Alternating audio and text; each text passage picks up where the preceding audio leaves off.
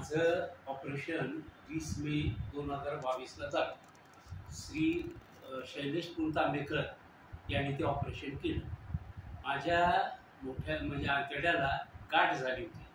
ती गाठ अगदी लिलया पुणतांबेकर सरांनी काढून बाजूला करून टाकली. जवळजवळ मी 15 दिवस गॅलेक्सी हॉस्पिटलमध्ये होतो. त्यानंतर आज सांगायचं आता आज जवळजवळ 2 वर्ष झाली. मला इतकं तिने चांगलं ऑपरेशन झालं, इतकं गॅलेक्सी हॉस्पिटलनं मला जवळजवळ जीवनदान दिलं. माझा गॅलेक्सी हॉस्पिटलमध्ये पुनर्जन्म झाला असं म्हटलं तर वावगं ठरणार नाही. आणि शैलेश पुणतांबेकर अतिशय निष्णात आहेत.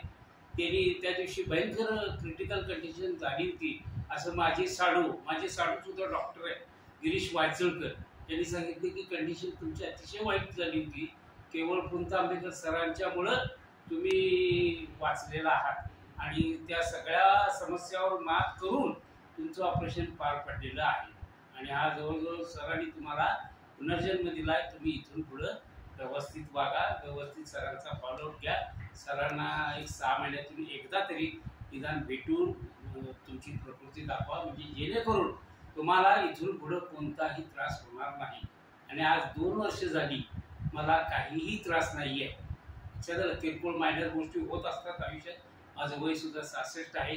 त्यामुळं ह्या सर्व गोष्टी आपण मान्य करूया.